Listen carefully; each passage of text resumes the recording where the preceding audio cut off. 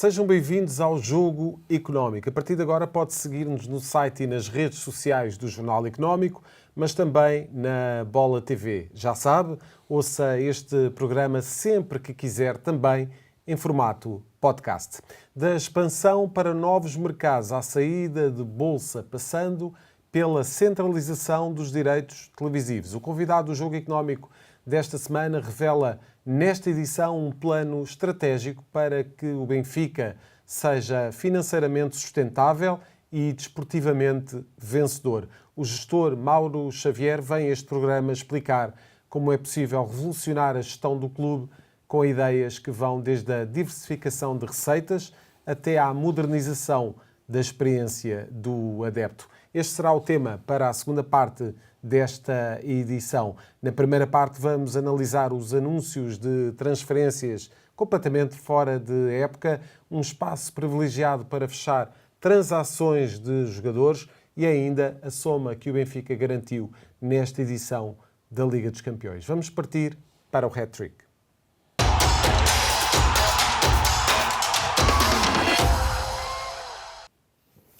Vamos analisar os números que marcaram esta semana com a ajuda, como sempre, dos nossos comentadores. Dou as boas-vindas ao Luís Tavares Bravo e ao Jorge Faria de Sousa. Muito obrigado aos dois pela presença neste Jogo Económico. E o primeiro número desta semana é precisamente 73 milhões de euros. São transferências fora da época, ou pelo menos o anúncio dessas transferências. Este é o valor que irá render ao Sporting Clube Portugal a transferência de Giovanni Kenda, do Sporting, mas também de Dário Essugo. Giovanni Kenda, 51 milhões de euros e provavelmente mais uns quantos milhões em objetivos.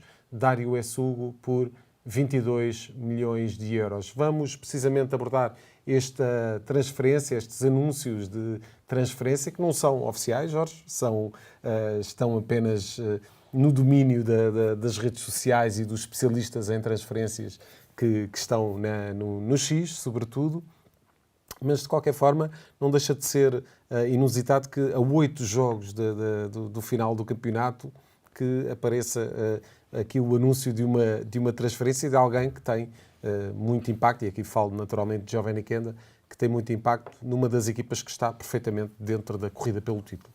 Sim, antes de mais cumprimentar-te a ti, Zé, ao Luís, a todos os que nos estão a acompanhar, dizer que são, evidentemente, dois casos absolutamente distintos.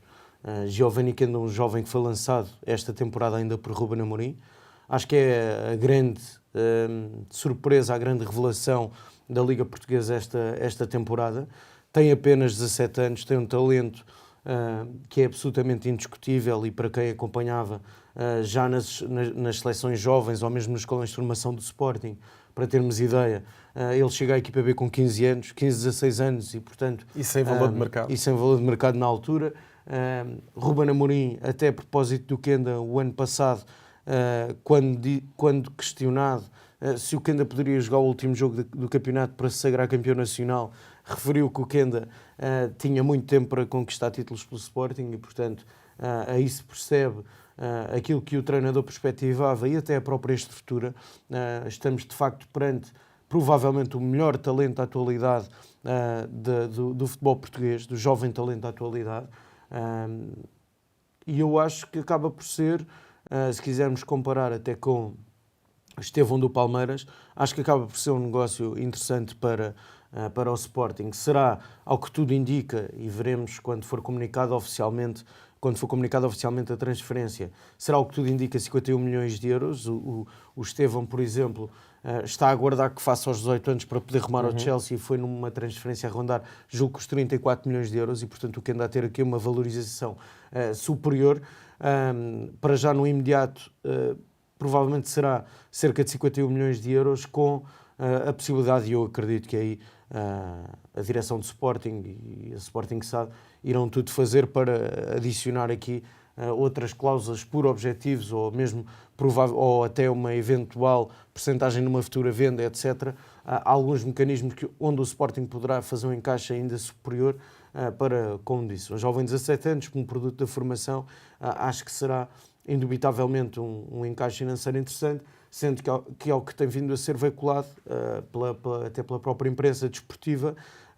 Ao que tudo indica, ficará na próxima época ainda ao serviço do Sporting, onde o Chelsea irá suportar 50% do salário do jogador e, portanto, eu acho que será um negócio interessante. Caso distinto e diferente é o de Dário Essugo, onde me parece que neste momento teria muita dificuldade em ser opção para o meio-campo do Sporting Clube de Portugal. De resto, não contava para Ruben Amorim e daí ter sido emprestado ao Las Palmas. Está a fazer uma época interessante na La Liga Espanhola. Muito cobiçado, na última, não é? Sim, muito cobiçado. Já na última época tinha feito também um período de empréstimo, a segunda metade da época, ao serviço do Desportivo de Chaves.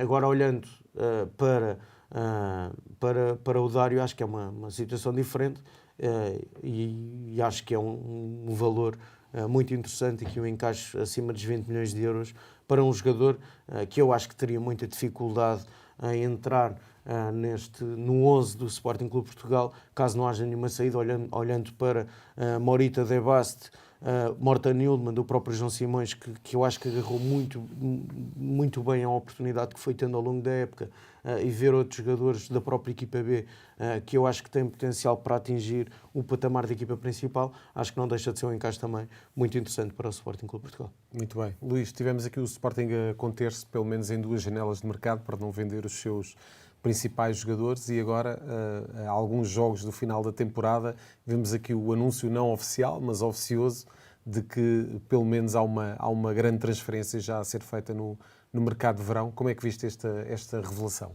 Quer dizer, ainda não está confirmado. Portanto, certo. Estamos hoje aqui a falar de... Nós hoje em dia estamos já aqui a falar de rumores. Já nos vamos habituar a ver as transações em vez de ser no site da CMVM, no X do Fabrício Romano. Here we go, não é? Mas é assim, fazendo fé que possam efetivar-se, faço duas leituras para não, obviamente, que em termos daquilo que é o perfil dos jogadores, eu acho que o Kenda, pelos valores que se falam, se ficar uma época, parece-me fair, embora eu acho que é um jogador que pode valer bastante mais, sobretudo se efetivamente confirmar o talento que tem.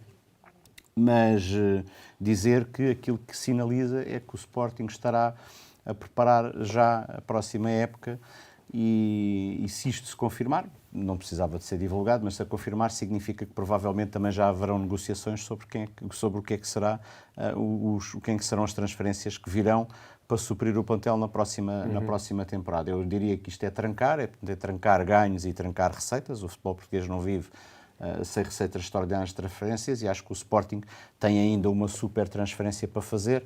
Nós, creio que foi no episódio, no programa da semana passada, falámos aqui da valorização de jokers, que eu acho que vale muito mais do que aquilo que está a ser falado e que pode ser a super transferência a ser feita. Vamos ver, se não seria curioso, se essa transferência poderia ser aguardada ou não até janeiro do próximo ano. Essa seria a curiosidade que eu gostava de ver. Só para acrescentar 2 casos, porque eu acho que o Sporting, olhando para o plantel, tem excesso de defesas centrais, caso o Rui Borges volte depois à sua estrutura com uma defesa a 4. E, portanto, há sempre aquela possibilidade de Gonçalo Inácio e de Diomante poderem, pelo menos um deles, ser transferido. Mas em termos de planeamento financeiro, dizer que me parece bastante justo, só é estranho que seja divulgado fora da É um timing interessante. Muito mas pronto, estranho. mas ainda bem, porque alimenta também o nosso programa. Exatamente. Vamos ter números para falar neste hat-trick. O próximo número é precisamente 71,4 milhões de euros. É a verba arrecadada pelo Benfica nesta edição da Liga dos Campeões. O Benfica que foi eliminado nos oitavos de final pelo Barcelona, uma derrota em Nou Camp por 3-1, que ditou o afastamento do Benfica, a penúltima equipa a cair nas provas europeias. E, Luís, a verdade é que tivemos aqui uma boa prestação do Benfica, ficou aqui muito perto da soma recorde que o Benfica alcançou na Liga dos Campeões, precisamente com o Roger Schmidt. Não sei se estará aqui a formar uma espécie de maldição de Schmidt para que o Benfica não chegue ao tal valor, que são os 74,3 milhões de euros, que é o novo máximo, mas de qualquer forma uma grande prestação do Benfica nesta edição. Sim, sobretudo tendo em consideração a época completamente atribulada que tem sido no clube, com mudança de treinador, com depois todas as lesões que também aconteceram, todos os rumores em torno daquilo que serão as eleições presidenciais.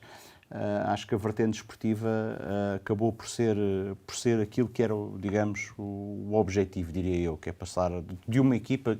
Eu acho que todas as equipas portuguesas que, quando vão à Champions, aquilo que devem ter como barreira mínima é tentar chegar aos oitavos de final. E sobretudo neste modelo, não é? Sim, foi pena o Sporting também não ter conseguido chegar lá, porque isto depois, para a frente, conta pontos, fora das rivalidades, sim, conta pontos para os rankings e cada vez vai ser mais importantes. E os milhões são essenciais para preparar. Portanto, nós tivemos a ver os números de vendas das transferências já supostamente acordadas do Sporting. Portanto, há cada vez mais esta relevância de que não se podem ignorar transferências acima dos 30 ou 40 milhões, como sim, não se podem ignorar tudo o que são as receitas da Champions ou do Mundial de Clubes. E, portanto, aquilo que eu acho que pode acontecer é que isto pode estar a levar o futebol português para um beco um bocadinho sem saída, porque continuamos muito dependentes destas receitas que são muito, muito relacionadas com performance esportiva e com vendas de jogadores, mas pronto, por enquanto é aquilo que nós tínhamos que fazer. Aquilo que me preocupa será um pouco mais que não tenhamos a falar de valores mais próximos dos 100 milhões para que talentos que eu acho que podem vir a dominar o futebol mundial, como o Kenda, para valores mais acima, e estamos a ver os valores dos clubes grandes europeus a irem cada vez mais para cima, e nós estamos a estabilizar muito nos 60, 70 milhões de transferências, sim, que eu acho que se calhar já está desajustado face à realidade do que é o futebol português como viver de talentos. Jorge, neste modelo de Liga dos Campeões é fundamental, é muito... Até porque é montra. Sim, exatamente. É montra. Estava a dizer que neste modelo de Liga dos Campeões é significativo que uma equipa consiga chegar aos oitavos de final, porque, de facto, estamos a falar aqui de um modelo com mais jogos, com mais carga. Normalmente os plantéis, sobretudo vindos de Portugal, são plantéis às vezes um bocadinho mais massacrados em termos de competição. Como é que viste este valor obtido pelo Benfica na competição? Não, eu acho que o Benfica acaba por cumprir aquilo que seria o seu objetivo para a Liga dos Campeões. Olhando para a realidade do futebol português, e se formos analisar as equipas que estão nos quartos de final, eu diria que a grande exceção é o Aston Villa, mas muito bem orientado e um projeto muito interessante liderado por Unai Emery. Eu acho que acaba por cumprir aquilo que seria o seu objetivo. Dizer que ao mesmo tempo acho que o Sporting, em condições normais, e se não tivesse sido tão fustigado por lesões, eu acho que este Dortmund seria um adversário ao nível do Sporting. Acho que o Sporting poderia também ter atingido os oitavos de final, mas acabou por coincidir num momento em que o Sporting se viu privado de muitos jogadores e jogadores importantes, e eu acho que isso condicionou muito a preparação daquela eliminatória. Nota muito positiva para o Vitória Sport Clube, acaba por cair aos pés do Betis na Conference League, derrotado por 4-0. Com uma moldura humana incrível, numa Fonte Henriques. Um ambiente incrível, mas faz de facto uma Conference League muito importante até para o ranking UEFA dos clubes do futebol português. Tem apenas uma derrota em toda esta caminhada. E com muitas mudanças ao nível da equipa técnica e ao nível também do plantel. Não tinha qualquer derrota até esta eliminatória frente ao Betis, e faz de facto uma Conference League muito competente, e isto acontece pela primeira vez. O nosso quinto classificado poder somar pontos na Conference League é inédito e era muito importante. Notas negativas claramente para o Futebol Clube do Porto, que acaba por ser eliminado pela Roma no play-off, e o Braga, que nem sequer atingiu o play-off, e portanto acho que acabam por fazer uma Liga Europa decepcionante. E se nós olharmos para o Futebol Clube do Porto, é certo que é uma época onde um plantel não tem a qualidade que nos habituou e que habituou os adeptos do futebol português, mas eu acho que tinha de ter feito mais, e o próprio Braga também. Está feito aqui o rescaldo das competições europeias e vamos para o último número deste hat-trick, que é o 2025. Em novembro deste ano vai acontecer em Lisboa o evento Transfer Room, que é aqui um modelo de conversações e de clubes que conhecem melhor os seus alvos para a próxima temporada. E, Jorge, de facto temos aqui... Normalmente falamos sempre quase do mesmo modelo de observação dos jogadores e abordagens dos clubes a outros para que seja efetivada a contratação. Aqui é quase um speed date que junta vários clubes, vários agentes, várias personagens do universo futebolístico para concretizar ou pelo menos alavancar transferências. Como é que vês este modelo? Só a título de exemplo, dizer que vão estar Chelsea, Manchester United, Bayern Munique, mas ao mesmo tempo também vão estar Rio Ave, Famalicão e Santa Clara. Santa Clara que tem sido a grande surpresa da Liga, o Famalicão eu acho que tem ali um grande talento que será mais uma grande transferência do Famalicão. Gustavo Sá. Eu acho até que já será um jogador difícil que venha a assinar por qualquer um dos três grandes. Tem uma cláusula de 50 milhões de euros. O euros. Futebol Clube do Porto, devido a tudo o que nós conhecemos da situação financeira do clube, acho que mesmo para Sporting e Benfica começa a ser um alvo muito difícil, até se olharmos para aquilo que o Famalicão fez a época passada com a transferência de Luís Júnior, que saiu do Famalicão para o Villarreal por uma verba a rondar os 14 milhões de euros. Certo. E, portanto, para um guarda-redes também é incrível. Para um guarda-redes é uma verba muito significativa. O Famalicão é fantástico. E, sobretudo, olhar para este Famalicão e perceber que tem feito, de facto, transferências extraordinárias. Pedro Gonçalves, o próprio Manuel Ugarte, Luís Júnior, que já referi, acho que agora Gustavo Sá, me parece, o próprio Zádio Yusuf, acho que escolheu mal a Liga para onde foi, porque acho que era um jogador com capacidade para jogar noutro tipo de emblemas, rumou à Arábia Saudita no último mercado de inverno. Agora, eu acho que será uma oportunidade interessante, sobretudo olhando para o Rio Ave, que tem agora uma gestão do mesmo clube do Nottingham Forest e do Olympiacos, o Santa Clara, que tem claramente dois jogadores a aparecer numa época absolutamente extraordinária, o Gabrielzinho e o Vinícius Lopes, que são as duas grandes figuras da equipa, que acho que podem ser jogadores que podem protagonizar transferências, veremos no mercado interno ou se até para o mercado externo. Agora acho que para estes clubes portugueses que irão marcar presença pode ser uma boa oportunidade para também os clubes falávamos aqui há pouco de Sporting, Benfica, as verbas de encaixe por transferências e pela participação na Liga dos Campeões, para os próprios clubes de menor dimensão, com todo o respeito por todos os clubes, acho que pode ser também, aliás é muito importante essa verba adicional pelas transações de jogadores. Luís, para fechar. Sim, não há muito mais a acrescentar. Eu acho que a grande vantagem é tentar, deste evento, é tentar abrir aquilo que é um mercado, tentar amplificá-lo e trazê-lo para todos. Nós tivemos durante muitos anos com o mercado afunilado nos três grandes, onde parecia que havia ali sempre um passo adicional que era preciso fazer antes de poder ser vendido o talento lá fora.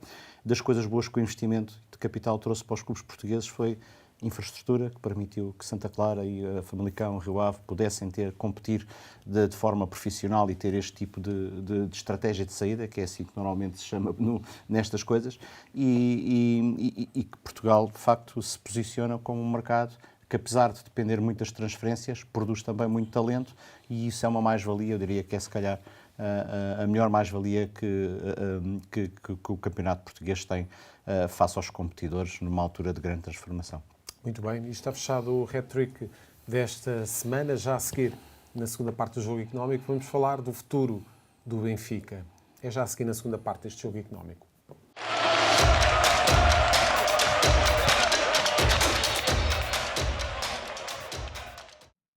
A nossa camisola, Caminhos para o Futuro, é o novo livro de Mauro Xavier, sócio do Sport Lisboa Benfica. Com o prefácio do antigo jogador das Águias, Óscar Cardoso, esta obra propõe uma visão estratégica e convida os benfiquistas a refletirem sobre o futuro do clube. Mauro Xavier é nosso convidado nesta edição do Jogo Económico, a quem agradeço a sua presença. E Mauro, começava precisamente por lhe perguntar que papel é que terá o Benfica no futuro do futebol português enquanto produto. Primeiro que tudo, muito boa tarde a todos. É um prazer estar aqui com vocês. Acho que o Benfica, enquanto maior clube português, tem uma responsabilidade muito grande na indústria do futebol. Eu relembro só que a indústria do futebol em Portugal é a sétima maior indústria na Europa. Muito poucas indústrias portuguesas conseguem ter um ranking no top 10. O futebol português tem a ambição de ficar, inclusivamente, nos 6 primeiros, ultrapassar a Holanda no campeonato das economias do futebol. e, portanto, acho que todos temos que refletir de médio prazo como é que podemos fazer a indústria melhor. E essa é a primeira reflexão e o primeiro capítulo do livro, é como é que o futebol português no seu todo, ou seja, eu costumo sempre dizer, o primeiro capítulo pode ser lido por pessoas de qualquer clube, da Federação à Liga, porque é um diagnóstico com um conjunto de soluções para fazer o futebol português melhor no seu todo. E sobre essas medidas podemos conversar sobre algumas delas, mas eu penso que é fundamental garantirmos que se somos uma economia periférica, como somos em todos os outros aspectos da economia, temos que conseguir ser competitivos com os restantes clubes, do ponto de vista fiscal e do ponto de vista competitivo. E, portanto, para transformar um produto melhor, vamos ter que fazer algumas inovações e algumas melhorias. São esses os caminhos que eu tento apontar na obra que fiz. E uma dessas melhorias certamente passará pelos direitos de transmissão televisiva. Estamos a 2 anos da entrada em vigor desse contrato, dessa repartição. Poderá ser um caminho também a seguir?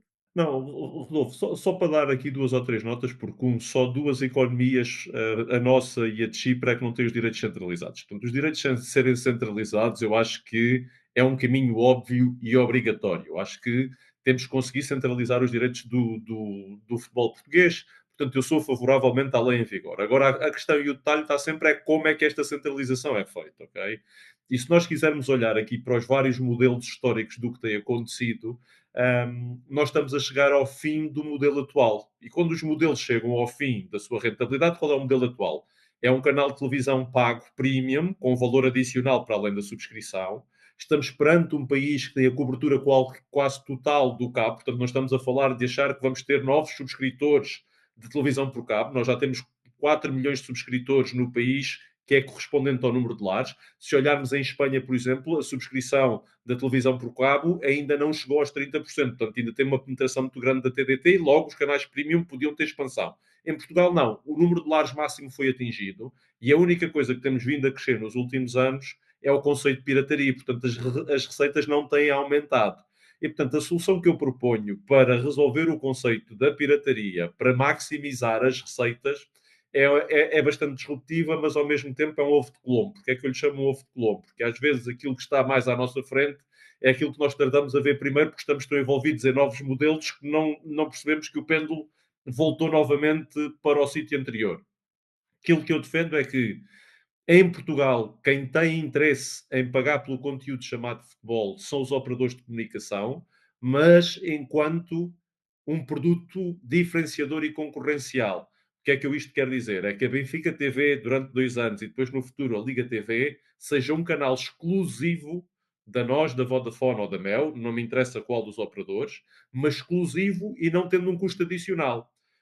As receitas deste operador virão daqueles clientes que querem consumir este produto e que serão transferidos do operador A para o operador B ou do operador C para o operador A por ter o produto de futebol. Essa é a única forma em que podemos maximizar as receitas perante o modelo atual.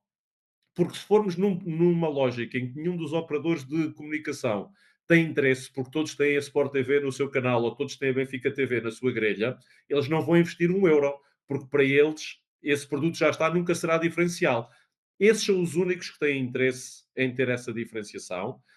Nós já vimos o modelo de pago anteriormente, de vermos a sua maximização, ele atingiu a sua maximização atualmente onde nós estamos. E é muito importante referir que para o Benfica não chega, para o Porto não chega, para o Sporting não chega, só ter o mesmo valor do que da última vez. As receitas televisivas são um dos 4 pilares de qualquer clube das suas receitas. E dizer que enquanto o Real Madrid está a crescer a 10% ao ano, o City a 12%, e que o Benfica, o Porto e o Sporting nos próximos 10 anos, que neste pilar de receitas vai crescer a 0, significa ser menos competitivo. Portanto, não tem a ver com perder receitas, tem a ver como é que nos próximos 10 anos podemos dobrar estas receitas. E esse é que é o desafio. E por isso é que eu acho que é importante muito os clubes estarem unidos, conseguirem centralizar, fazerem uma negociação interna primeiro, porque aquilo que eu defendo é centralização interna, exclusividade de um operador. E depois vêm os 2 pontos muito relevantes também desta centralização. O primeiro ponto é a chave de distribuição. Aquilo que eu defendo no livro é que 30% sejam a dividir por todos os clubes de forma igual e 70% sejam a dividir pelos clubes com base na sua performance desportiva, classificação no ranking, por base nas audiências televisivas, sendo em canal aberto, permitem-nos muito mais termos essa maximização das suas audiências e, por fim, o número de pessoas que estão nos seus estádios. Estes 3 critérios para dividir 70%. Mas trago aqui outra inovação adicional que me parece relevante, falámos um bocadinho sobre ela também, Rodolfo, que tem a ver com, depois seria responsabilidade de cada clube fazer a internacionalização dos direitos.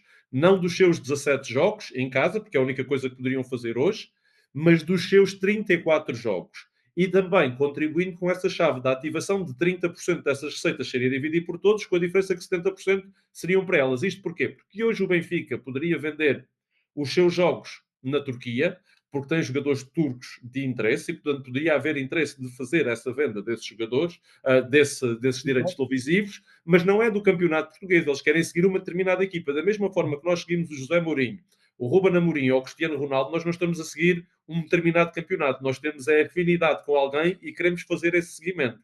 Os estudos apontam, só para partilhar com todos, que nas zonas de quem tem televisões premium de canal pago, em média, os espectadores vêm 8 horas por semana.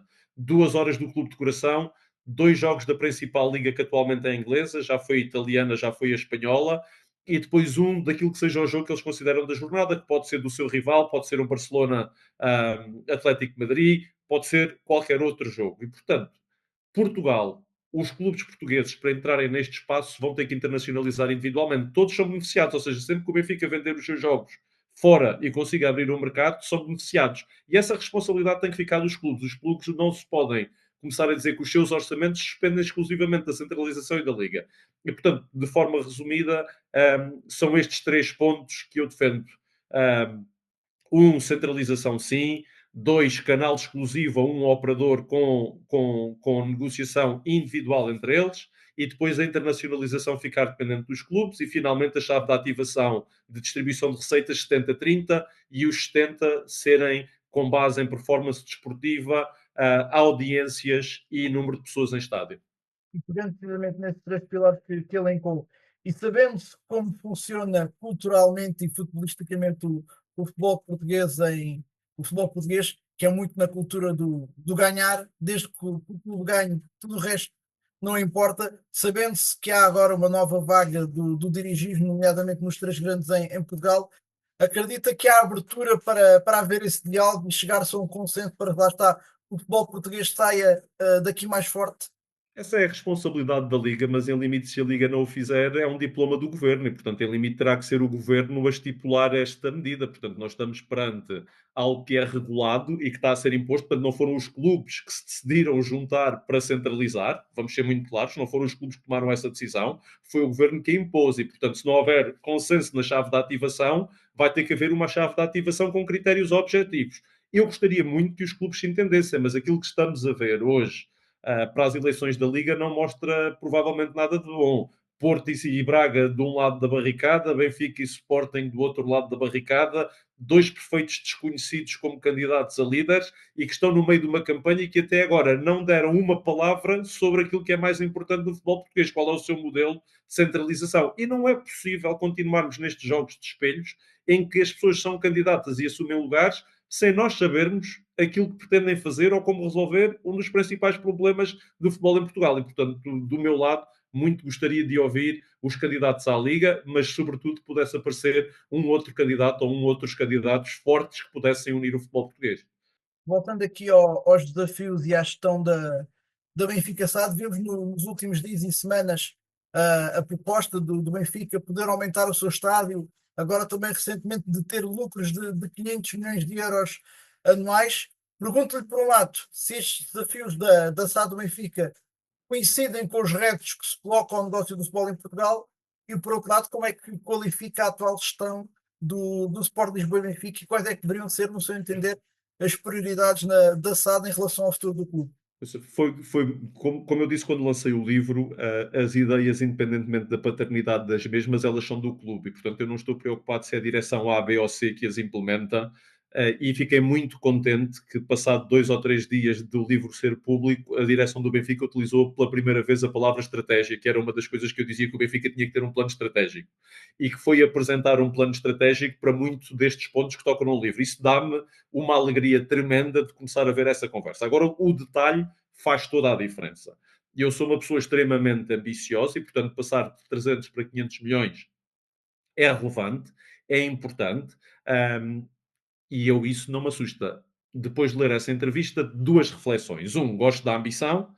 Dois, não gosto que o peso da venda dos jogadores se mantenha equivalente neste lado. Porque dizer que se reduz de 30% para 20%, 100 milhões são 30% 300 milhões e 100 milhões são 20% 500 milhões. Portanto, é manter exatamente o peso da transferência dos jogadores no balanço do Benfica. E eu sou muito crítico disso. Elas chamam-se, do ponto de vista contabilístico, receitas extraordinárias, porque não deviam fazer parte da sua operação. E essa é a primeira parte que é muito relevante.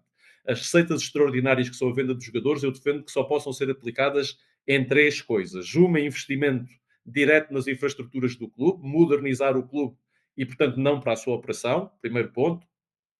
Segundo ponto, também muito relevante para bater dívida, o Benfica paga mais do que 20 milhões de juros anualmente e, portanto, tudo o que seja a bater a sua dívida faz sentido com a venda dos jogadores. E três, enquanto extraordinárias, se houver algum ano que o Benfica não possa estar na Liga dos Campeões, que é a sua principal fonte de receitas individual, então sim, poder permitir que a venda dos jogadores extraordinariamente suprima a não presença na Liga dos Campeões pelo mesmo montante. E isto, para mim, é um critério estratégico. Eu não estou a dizer que o Benfica não tem que vender jogadores, eu estou a dizer é que o Benfica vai ter que garantir que os seus jogadores ficam 3 anos no mínimo vindos da sua formação e que a sua gestão operacional não está dependente da venda de jogadores. Isso, para mim, é um ponto muito, muito relevante para o futuro do clube e como direção para a instituição. Esse é o primeiro ponto. O segundo que eu também gostava de ter ouvido é que estas contas consolidadas que falam de 500 milhões, é que esses 500 milhões tivessem excluído as faturações próprias de várias subentidades do universo Benfica. Ou seja, a Benfica Estádio fatura 30 milhões e, portanto, aparecem nas contas do Benfica com mais 30 milhões. Eles depois aparecem com 30 milhões a custo. Portanto, se eu agora a seguir cobrar 100 milhões, eles chegam aos 500 milhões facilmente. Portanto, eu quero que sejam receitas sem serem do universo Benfica, porque nestas contas estão 45 milhões consolidados que não existem. É faturação entre o grupo, que no balanço total entre o Dev e o Avera aparecem a zero, mas se falar só de receitas, vão aparecer a zero. Vão aparecer como positivas. E a outra componente que eu fiquei espantado, e eu gosto sempre disto, é perceber quais seriam essas novas linhas de receitas, porque ninguém cresce a sua atividade a uma média de 20% ou 25% ao ano sem ser muito claro aonde o vai fazer. Pensei que veria o anúncio hoje, 14 anos depois da primeira vez que se falou daquilo que pudesse ser os direitos de naming do Benfica, e também percebi que ainda não haveria o contrato de naming do Benfica. Fiz essa pesquisa rapidamente. Domingos Soares de Oliveira, em março, exatamente na apresentação semestral de março de 2011, falou pela primeira vez do naming do Benfica. 14 anos depois ainda não fomos capazes de implementar uma medida que me parece óbvia e obrigatória, que é ter um patrocinador para as infraestruturas do Benfica. Além dessas infraestruturas, nomeadamente o naming do estádio, acredita que eventualmente o futuro dos clubes em Portugal, para se poderem tornar mais competitivos com as Big Five, nomeadamente naquilo que é a participação na Liga dos Campeões, que, como o Mauro disse, é sempre a principal fonte de receita dos clubes portugueses, terá que passar inevitavelmente por a entrada de investidores estrangeiros na SAD dos clubes, ainda que não fiquem com a maioria, como de resto já acontece cá em Portugal no Sporting Braga, com o dono do Paris Saint-Germain a ser dono de uma parte da SAD. Pronto, eu não sou adepto, ou seja, na prática temos aqui três modelos de organização de clubes, ok? E para resumir isto de forma muito rápida, temos o clube que é dono, que é detido pelos sócios, que é o caso do Benfica, do Sporting, do Porto, mas também do Barcelona, do Real Madrid ou do Bayern Munique.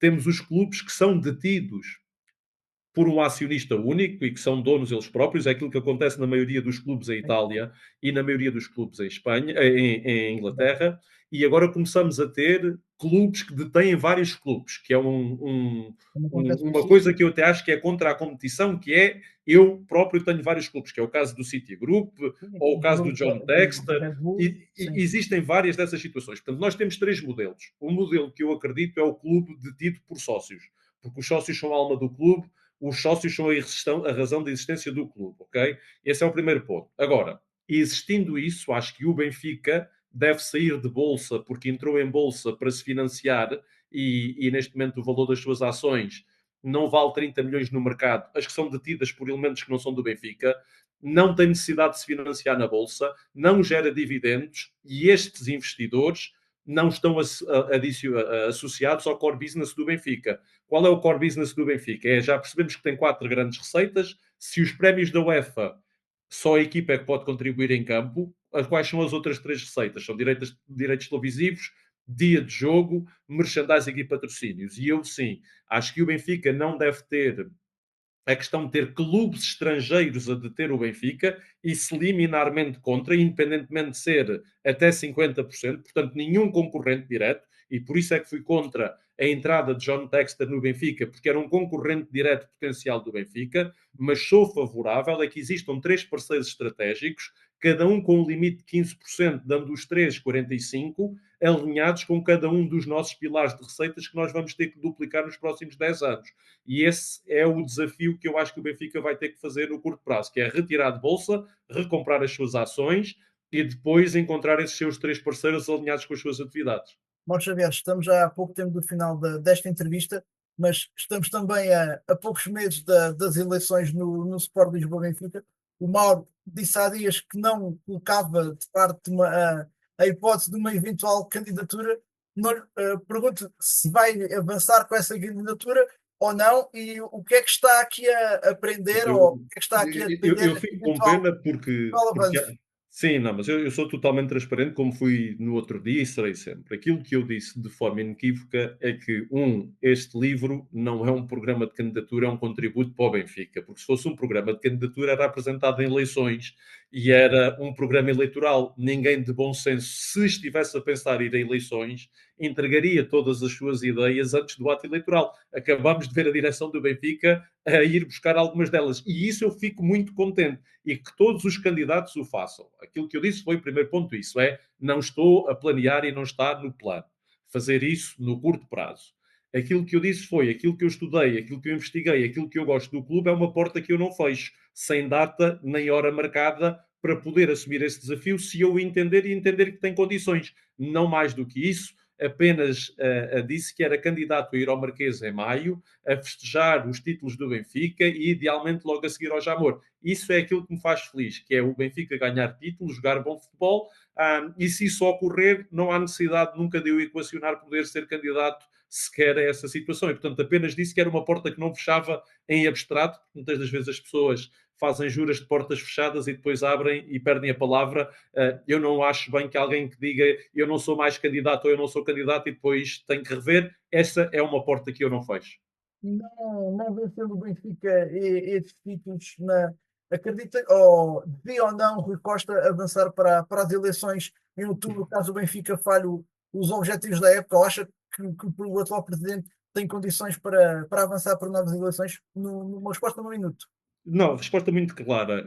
Isso são sempre decisões pessoais, cabe ao Rui Costa fazê-lo. Eu, no meu livro, apenas defino quais são os critérios que eu acho que definem um bom mandato ou um mau mandato. E para mim, um bom mandato define-se, no mínimo, 2 em 4 campeonatos. 2 em 4. Portanto, para mim é muito claro: 2 em 4 dá um bom mandato, menos de 2 em 4 não dá um bom mandato. E esse é o meu critério. Mauro Xavier, mais uma vez, muito obrigado pela sua presença neste jogo económico. Certamente voltaremos a falar numa próxima oportunidade, quem sabe já com uma eventual candidatura à presidência do Benfica. Mais uma vez, muito obrigado pela sua participação. Obrigado. Já seguindo na terceira parte do jogo económico, avançamos para as escolhas da semana.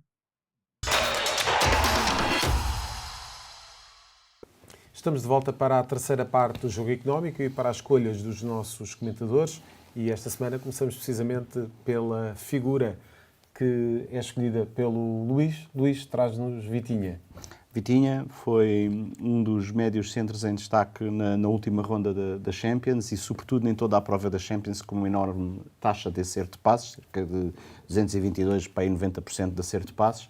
Acho que é um dos grandes talentos que existe neste momento no futebol português, provavelmente um dos poucos que poderá entrar agora nas listas das principais escolhas da Bola de Ouro europeia e acho que provavelmente o futuro maestro da seleção portuguesa. De facto, é um jogador que está a despertar interesse já também de outros emblemas. Jorge, no universo da seleção, queres dar um cartão vermelho a Roberto Martínez? Sim, porque ou não se explicou bem, ou eu não consigo entender como é que um jogador que tem uma lesão crónica depois é titular no jogo de campeonato. É certo que saiu ao intervalo, mas não deixa de ser muito estranho, até olhando para a convocatória de António Silva, que claramente está num momento de forma muito pior do que Tomás Araújo. Acaba por ser o Tomás Araújo a ficar de fora da convocatória, mas pegando naquilo que dizia o Luís, se o meio campo da Seleção Nacional não for João Neves, Vitinho e Bruno Fernandes olhando ao momento de forma, e se o que ainda não somar minutos, que para a semana cá estarei para dar mais um cartão vermelho. Se o momento de forma ainda contar para alguma coisa. Vamos para a tua figura desta semana, continuamos no Jorge, é precisamente o Newcastle, uma grande vitória. Sim, o Newcastle que 70 anos depois conquista um troféu no futebol inglês. É certo que com petrodólares e um fundo de investimento a suportar o crescimento, mas tem sido um crescimento sustentado.